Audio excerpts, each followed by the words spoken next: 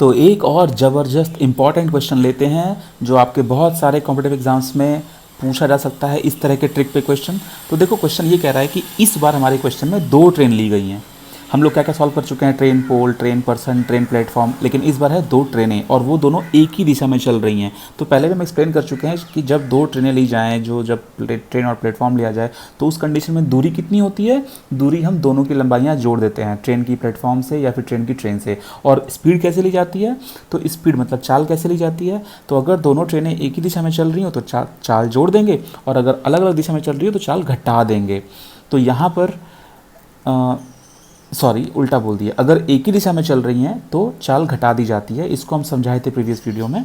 ऐसा इसलिए होता है कि अगर एक ही दिशा में चल रही हैं और वो आपस में लड़ जाएंगी तो धीरे से लड़ेंगी, लेकिन अगर वो अपोजिट दिशा में चल रही हैं, जैसे कि अगर एक ट्रेन है इधर चल रहा है और ये वाला ट्रेन इधर चल रहा है, तो इनमें जो जब टकराव होगा तो ज़्यादा तेज़ टकराव होता है, राइट। और अगर मान लो ये ट्रेन इधर चल रही है और ये ट्रेन भी इधर चल रही है, तो जब ये वाली ट्रेन इस वाले ट्रेन को हिट करेगी तो कम स्पीड से हिट करेगी, ठीक है। तो इसीलिए इसमें हम घटा देते हैं। तो दूरी कैसे लेंगे, अगर मान लो ये ट्रेन की लंबाई L1 है, ये ट्रेन की लंबाई L2 है, तो हम दूरी जोड़ करके L1 प्लस L2 कर देंगे, ठीक है। तो वो इस वाले केस में भी होगा और इस वाले केस में भी होगा L1 प्लस L2। लेकिन अब ये समान दिशा में जा रही हैं तो इस कंडीशन में इनकी चाल जुड़ जाएगी। तो अगर x प्लस वाई दोनों की चाल है तो x प्लस वाई हो जाएगी, मतलब इसकी चाल x मीटर पर सेकंड, इसकी y मीटर पर सेकंड, तो जुड़ जाएगी। और टाइम कितना लगेगा वो टाइम लगा लेंगे। तो देखो यही ट्रिक है यहाँ पे।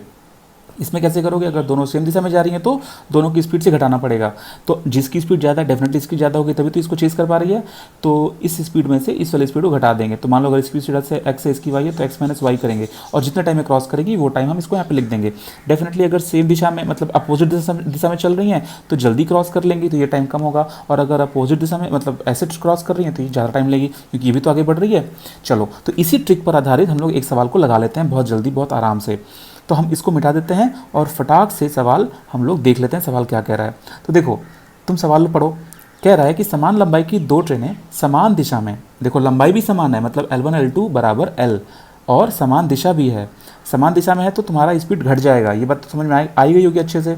चलो, सब कुछ दिया हुआ है। एक बात और ध्यान रखना है कि अगर किलोमीटर पर आवर में डेटा दिया हो, जैसे 46 किलोमीटर पर आवर है, तो इसको तुम कन्वर्ट करोगे किसमें, मीटर पर सेकंड में। कैसे कन्वर्ट करोगे, 5/18 से गुणा कर दोगे किसमें, 46 में।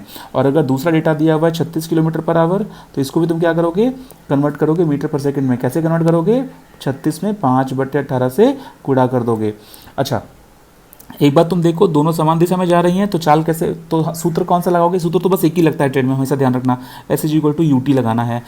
इसी चीज़ को हम बताए हैं, चाल बराबर दूरी बटा समय, ठीक है।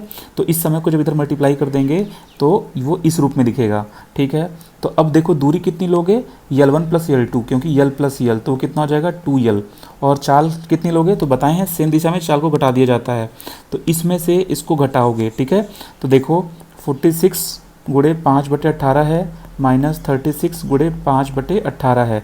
तो 5/18 दोनों में से कॉमन ले लो जल्दी से, 5/18 अंदर कितना बचा, 46 माइनस 36, ये घटे कितना आया 10। 10 में 50 से गुणा करोगे 50, सॉरी 10 में 5 गुणा करोगे 50, तो तुम्हारा कितना आया 50/18। चलो, तो अब समझ गए ना कैसे क्या हो रहा है। अब देखो 50/18 आ चुका है, लेकिन ये जो 5/18 आया है ये आराम से मीटर पर सेकंड में ही आया हुआ है, करेक्ट। क्योंकि हम लोग, तो ये जो स्पीड हमारी आई है मीटर पर सेकंड में, अब ये 2L = मतलब दूरी बराबर चाल का मान 50/18 आ चुका है, और टाइम कितने देर में पार कर रही है, 36 सेकंड में पार कर रही है। तो इसमें 36 से मल्टीप्लाई करो, क्योंकि फॉर्मूला ये है, S=UT, टाइम से गुणा है। देखो मतलब अगर दूरी को निकालना है तो तुम चाल में समय से गुणा कर दोगे। तो अब हमारा 18 36 कट गया 2 बार में खटाक से, ठीक है। इस 2 से ये 2 कट गया, तो लंबाई कितनी आ गई, 50 मीटर। कितना इजी सवाल था।